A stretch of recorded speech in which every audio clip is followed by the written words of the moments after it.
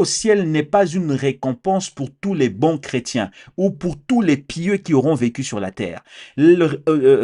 Aller au ciel, ou du moins retourner en Dieu, est quelque chose de normal. Quand tu as vécu ta vie sur la terre, ou du moins quand tu sors le matin pour aller travailler, et quand tu rentres chez toi à la maison, on ne te donne pas une coupe parce que tu es rentré à la maison. Tu es rentré à la maison, c'était normal. La seule chose pour laquelle tu te réjouis, c'est parce que durant la journée, tu as fait un travail. Si tu es à ton compte, tu as permis à ton entreprise d'aller encore de l'avant. Si tu es employé quelque part, tu as servi et tu as permis, tu as coché ta journée, tu as pointé ta journée pour que tu aies ton salaire à la fin du mois. Mais c'est uniquement pour cette raison que tu es sorti.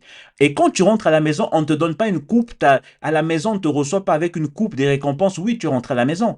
De la même manière, quand nous retournons en Dieu, ce n'est pas une récompense. Le ciel n'est pas une récompense. Parce que même des fois, quand on dit ciel, c'est vague.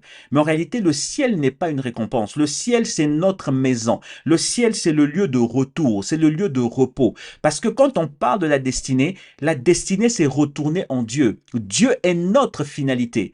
Et Dieu est concerné par la manière dont nous menons la vie sur la terre, mais aussi comment sur la terre nous aurons permis à ce que notre vie serve de témoignage à sa gloire.